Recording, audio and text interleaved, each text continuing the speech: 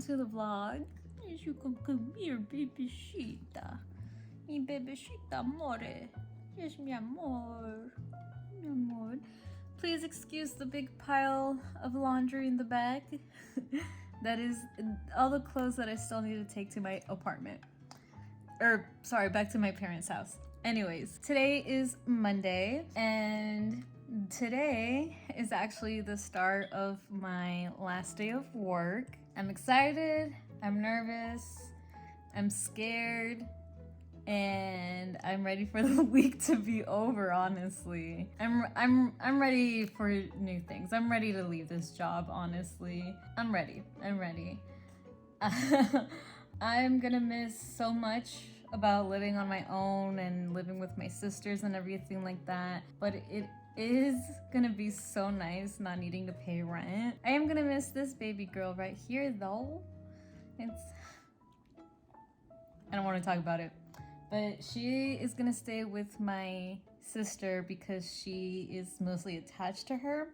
Even though she's very attached to me as well, she is mostly attached to my other sister, so she has to stay here for her sake. That monster up there is mine, so he's coming with me. I should be at my parents' house by the end of this vlog, basically. So, quick reading updates. So, I did manage to read When I Sing Mountains Dance just in time for the Discord to open, and it wasn't a bad book. It was very beautifully written. The prose was magnificent, to say the least. Well, no, I guess that's a little too much. It was very beautiful prose, I will say that. But the book just wasn't for me. And it's very upsetting because I really thought that that would be a new favorite. So it's kind of sad that I was wrong. I'm not saying that it was bad. I totally recommend it. And a lot of people in the Discord actually said the same things that I was saying, like for the people who didn't like it.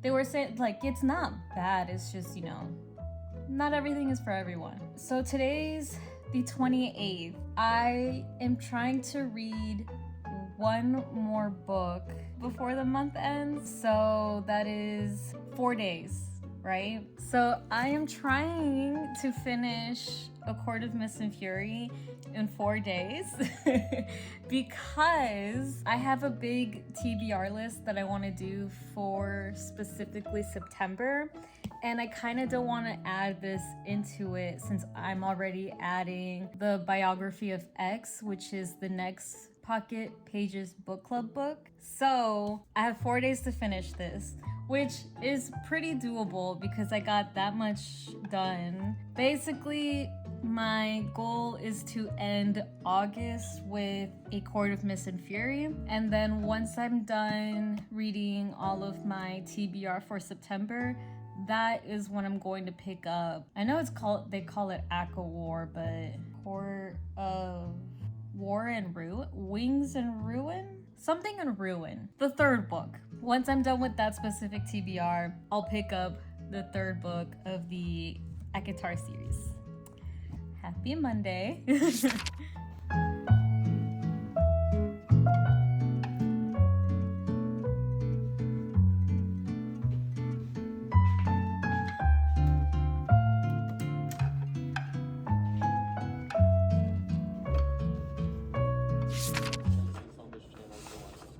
Today, Mr. Gigi and I, who, for one, is a fantastic guy after talking to him, and it's not only cool that he was a big inspiration for me starting this channel, but now we're doing this together, and he's a great guy. So we decided to do this video together, and I'm looking forward to it so much. And if I am disturbed, freaked out, spooked, and whatever adjective you want to throw onto that, anytime I get freaked out.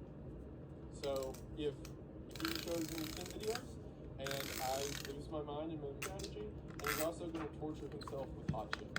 So it should be a good time. If you're interested, thank you for sticking around for this GTI. And again, if I am freaked out, we will donate. And let's see what another disturbing horror YouTuber has in his forte. All right, so whenever you're ready. You're building this up way too much here. I know, it's gonna be such a disappointment. But I'm not going to say anything. It's going to be also not fun if I show you someone dying. I'm like, for when controversy happens with him. So every single time I open YouTube, I hear, "Hi everyone." I know it's been a while, but Act like a normal college student, when in actuality, I'm another degenerate influencer. And as that degenerate influencer, I can tell you that Raycons are fantastic for everything that I do, not only because of how comfortable and good the audio quality is, but also because they boast a 32-hour battery life with 8 hours of playtime. And as a matter of fact, I'm pretty sure I'm shaking my head to prove to you that Raycon's earbuds never fall out. The system also in the video, it really does mean the most. I hope you enjoy. Check them out. Link in the description. We are back to the video. yeah, I can see your screen. Yours Okay. actually moves. The big whoa. Okay, the big That's pretty cool. Yeah, that is pretty cool. This is the whole video. She's just fucking around with Discord. There's nothing else to do. Hold on. Right there. I'm excited. All right, are you ready for this? Yes. Number?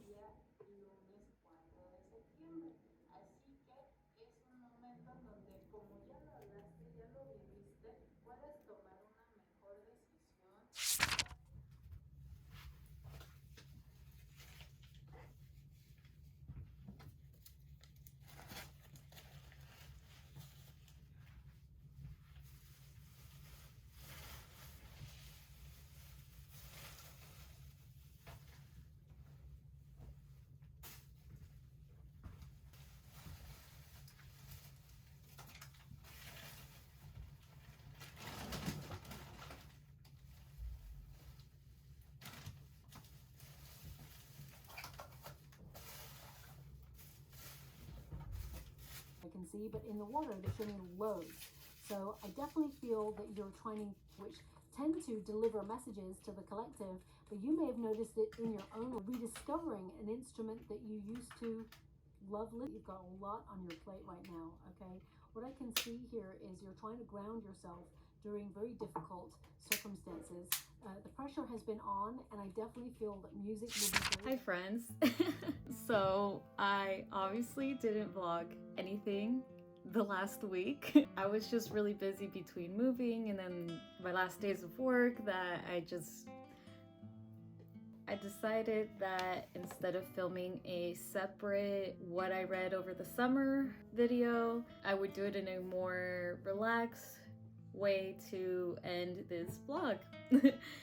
These are all the books that I read over the summer, so that includes June, July, and August. And these are in no particular order. They were already in my bookshelf, so I just grabbed what I could remember that I read. So no special order or anything. So the first book that I have on my stack is Seance Tea Party, Raymena Ye, and this is a graphic novel of a girl named Laura. Her ghost friend helps her face the fear of growing up and helps her leave childhood in a sense. This was a really fun read. It was really cute and the art style was adorable and I really liked it. This is also Baby's first official graphic novel, and I think it was like a really cute introduction to it. And yeah, I really recommend this one if you are new to graphic novels and like light-hearted stories and everything. This next book, if you've seen any of my past vlogs, is really funny actually because it's technically a soft DNF. And by soft, I mean I am still determined to finish it. I just need to put it away for right now, and that is The Hummingbird's Daughter. I'm most likely going to pick this up in September for a specific video, So be on the lookout for that if you're interested in knowing my full official thoughts. But this is about Santa Clarita, who was a very known healer in Mexico during the time of the start of the Mexican Revolution. And it's a historical fiction based on magical realism. So I started this in May, and as you can see, it's not done. I have about 200 pages left, and I will finish this eventually. Quick side note, this is my first reading wrap up, so sorry if I'm a little tense about it. Okay, so this next book that I read, I've actually read this recently and I have a vlog about all my feelings for it, but the next book is A Certain Hunger by Chelsea Summers. It wasn't what I was expecting, but it was still worth the read. If you want to know all my official thoughts about it, I'll link the vlog here in this video. But I'm glad I finally have this one under my belt, and look at the cover. I think the cover is so beautiful. And speaking of recent reads, this next book is When I Sing Mountains Dance. This was the August read for Allison Page's book club, Pocket Book Club book for August. The next book that I read is also a soft DNF. I don't know when I'm actually going to come back to this one though, but I do know that I want to eventually finish it. And that is Ruth Ozeki's The Book of Form and Emptiness. I forgot which vlog I talked about it and why I soft DNF'd it, so I'll find it eventually. But basically, I'm having a really hard time relating with the main character, or connecting with the main character, I guess it's the best way to put it. I'm a little disappointed because I do love A Tale for a Time Being by Ruth Ozeki, and I'm hoping that the other book that I have of hers is better. It's not a bad book, it's just I'm dealing with things. So I read this in June, and hopefully I could pick it up again before the end of the year, but I am not sure. And this next book that I read actually made it to my favorites shelf, and that is the Sir?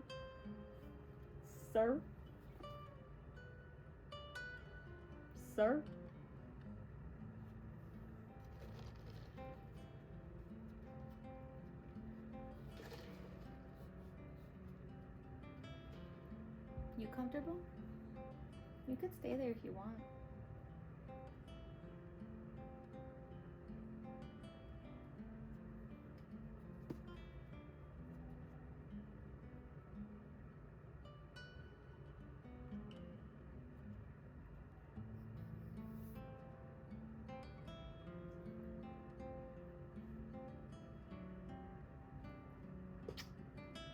Okay, anyways, this next book is The Last Heir to the Blackwood Library by Hester Fox.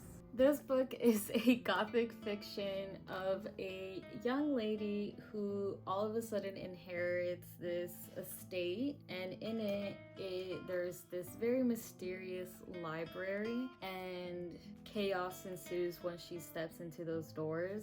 This book made me fall in love with reading again.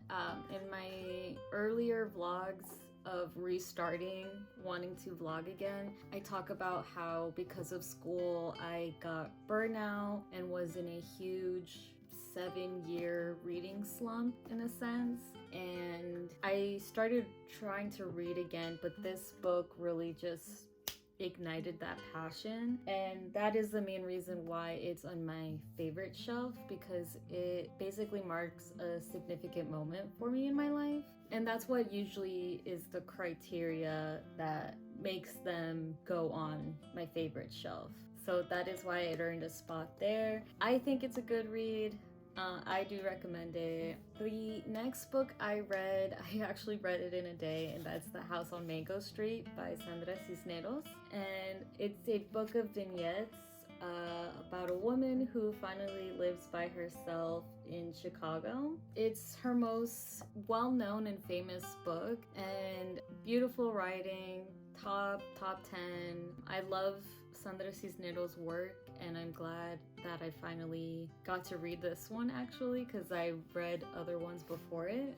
Yeah, if you are looking to get introduced to her writing, this is definitely the way to go. And then this next book is kind of weird for me, just because this is definitely more of a winter read, and that is Ethan Frome by Edith Wharton. I was just browsing through books, and I've actually have been wanting to read this one for a while. I just finally decided to buy a new copy because I actually already own it, but that copy is falling apart, so I don't want to touch it.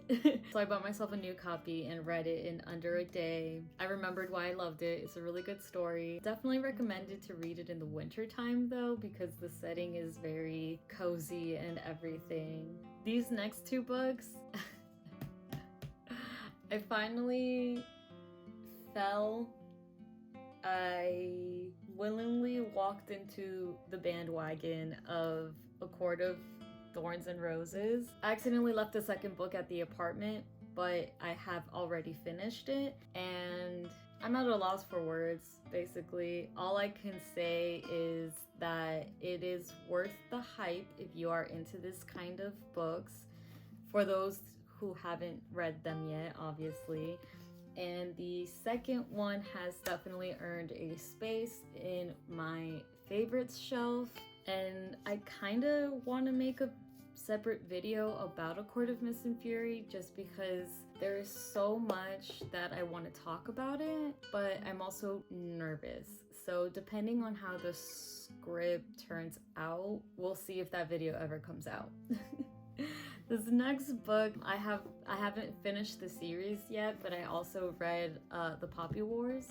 This next book I read actually at the end of May. Everyone Knows You Go Home by Natalia Silvestre. When I read the synopsis online, and even back here, it talks about the Day of the Dead and how her father-in-law, they finally meet, but because he's a ghost, and I was like, ooh, this is gonna be a funny time of magical realism and Day of the Dead and like cultural crossings and everything like that.